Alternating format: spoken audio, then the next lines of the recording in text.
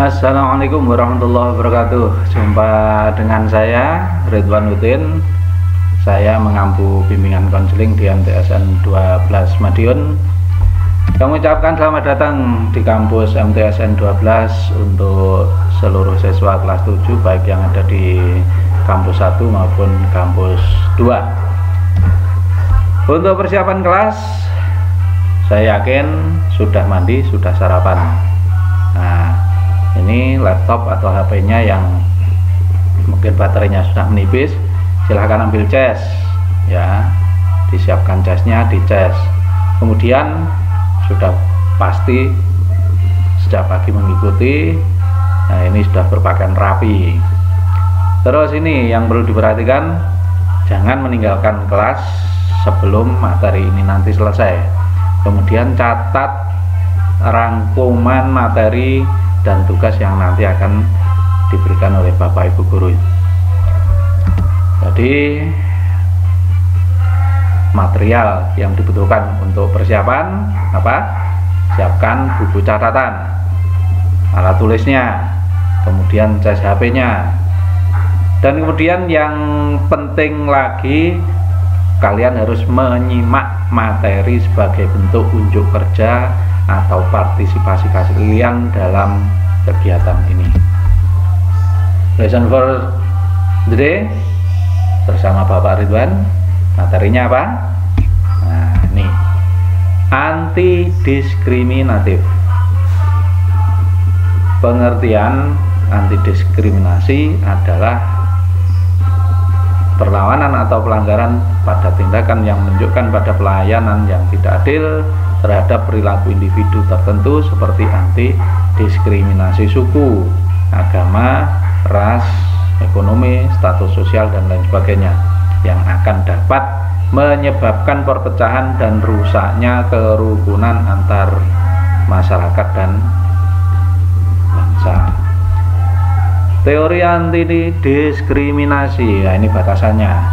Diskriminasi yang dimaksud dalam hal ini adalah tindakan yang dapat merugikan pihak lain, ya, tindakan yang dapat merugikan pihak lain. Ini bisa berupa fisik, bisa berupa psikis. Anti diskriminasi meliputi ideologi maupun proses sosial yang menindas kelompok tertentu.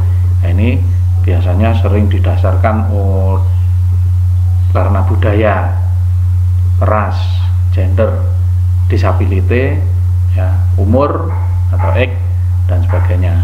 Ini teori awalnya seperti ini, dilandasi oleh asumsi yang meyakini adanya rasa rendah diri yang disebabkan oleh kategori biologis yang ada pada kelompok tertentu. Terus kemudian bentuk-bentuk diskriminasi. Ini yang pertama, disabilitas.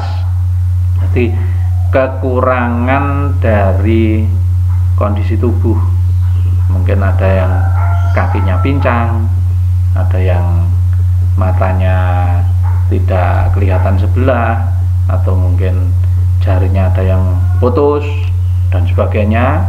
Ini termasuk dari kekurang sempurnaan bentuk tubuh. Ini tidak boleh digunakan ya sebagai untuk bahan untuk mendiskriminasikan. Kemudian ekonomi kalangan bawah, ada yang kaya, ada yang miskin. Yang kaya tidak boleh menjelek-jelekan yang miskin. Kemudian tidak memiliki orang tua. Nah, ini mungkin waktu bapak anak ini masih kecil, bapaknya sudah tidak ada. Ini juga kasihan. Kemudian tidak memiliki barang seperti yang dimiliki teman. Nah, ini karena mungkin belum butuh, akhirnya dia tidak membeli barang seperti yang dimiliki oleh teman lain. Nah, ini teman yang punya juga tidak boleh mendiskriminasi atau mengejek atau menjatuhkan teman yang tidak memiliki barang seperti yang dimiliki teman. Terus kemudian bentuk fisik. Nah, bentuknya, bukan kesempurnaannya tapi bentuknya. Ini bisa rambutnya, bisa berat badannya, karena besar gemuk 1 kuintal lebih dipanggil gendut. Nah, ini nggak boleh. Kemudian tinggi badan, Ada warna kulit, ada yang hitam, ada yang putih, ya. Terus kemudian ada bentuk mata, ada bentuk hidung, dan lain-lain. Perbedaan nilai dari lulusan sekolah favorit dan lain-lain ini juga tidak boleh digunakan sebagai bahan untuk mendiskriminasi.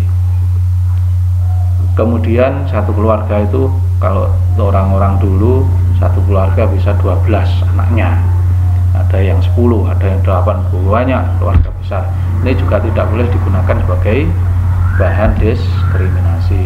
Hasil dari diskriminasi, nah ini biasanya berupa bentuk bully atau perundungan yang berakhir dengan kekerasan yang terjadi di sekolah.